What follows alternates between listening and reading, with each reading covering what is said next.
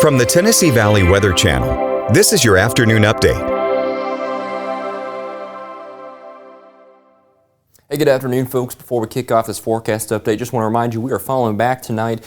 I know last year there was a lot of talk, oh, I thought they passed a bill, made it to Congress, whatever. No, nothing like that. There was just much debate about it, right? And unfortunately, nothing passed yet, or fortunately, depending if you're a fan of it or not. But either way, tonight we're falling back. Go ahead before bed, set those clocks back an hour. It's actually at 2 a.m. in the morning when those clocks will fall back, so it'll go 2:59.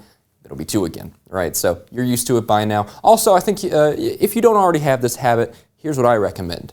Change those batteries in the smoke detectors, those carbon monoxide detectors, and those weather radios. It's good to kind of keep those up to date, right? You want to do that maybe every 6 months or so. And well, what happens twice a year? We fall back and we spring forward. So it's good to kind of staple those onto your plans there and just make that kind of a pattern you want to get into. At least that's what I do at my house personally.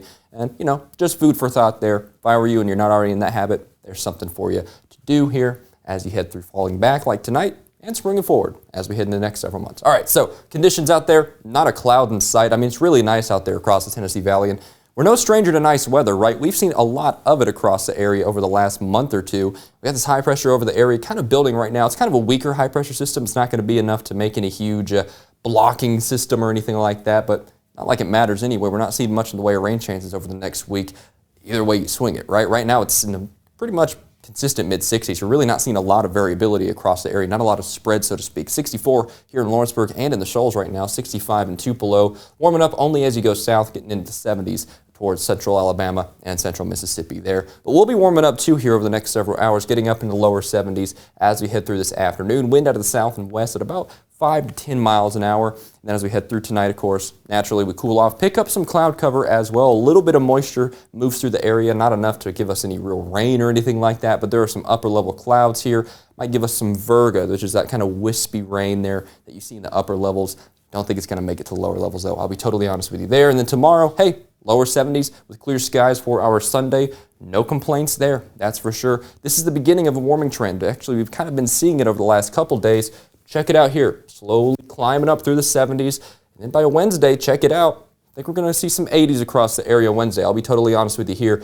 Then that comes crashing down pretty quickly. We come back down through the 70s, through the 60s, and by Friday night, we're probably talking 30s for lows. Yeah, that's another frontal passage coming through here. Not a huge chance of rain, to be honest with you. I do think there might be some moisture with that system, and of course, if that does precipitate, we might see some showers there, but I'm just not seeing this system being anything helpful for this drought. Maybe behind it we might get into a pattern change, but I'm not seeing anything remarkable. Looks like we're right about where we should be, which is fairly dry, but we're getting into this more active part of the year, which is, well, climatologically speaking, you would expect more rain as we head into the next several weeks. And hey, we're not too far below average and we're not too far above average, but in this drought, you want above average, right? We need some rain across the Tennessee Valley because it is dry out there. But hey, like I said, look for the silver lining. We have a nice day today. I'll take it, right? If you have outdoor plans, 70 with clear skies through the first and middle half of the day. You really don't get much better than that in November. And of course, the next several days looks very similar. We pick up some clouds, but besides that, we're dry, we're sunny. Check these temperatures out, man. Getting up in the upper 70s, near 80 on Wednesday.